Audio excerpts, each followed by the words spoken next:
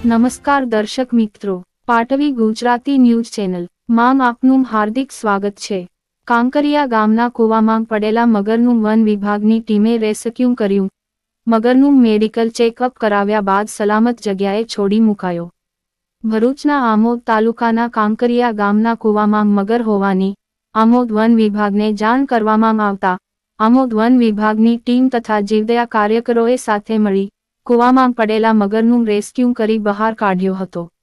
મળતી માહિતી મુજબ આમોદ તાલુકાના કાંકરિયા ગામના કૂવામાં એક મગર પડ્યો હોવાની Amod range forest officer Ramesh ચૌહાણને જાણ થઈ હતી, જેથી રેન્જ ફોરેસ્ટ ઓફિસર રમેશ ચૌહાણે તાત્કાલિક કાંકરિયા ગામે પહોંચી ફોરેસ્ટર જશુભાઈ જી પરમાર, બીટગાર્ડ અનિલ પઢિયાર, વિપિન પરમાર તેમજ જીવદયા કાર્યકર અનિલ ચાવડા અને અંકિત પરમારને સાથે રાખી ભારે જહેમત બાદ મગરને કૂવામાંથી બહાર કાઢી રેસ્ક્યુ કર્યો હતો।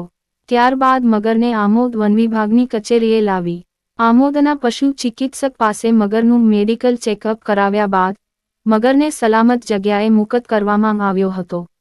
Byte Ramesh Chauhan, range forest officer Amod, Bharuch. માંગ મોહસિન કારા। आज सामाजिक वनीकरण रेंजनो स्टाफ फील्डમાં હોય તે દરમિયાન એ લોકોને બાતમી મળેલ કે કાંકરિયા ગામ ખાતેથી એક વિશાળકાય મગર કૂવામાં પડેલો છે, જેથી સ્ટાફ સાથે તાત્કાલિક સ્થળ પર પહોંચી મગરને કૂવામાંથી બહાર કાઢવાનું રેસ્ક્યુ કરી એને સહી સલામત અત્યારે રેન્જ કચેરી ખાતે લાવેલ છે।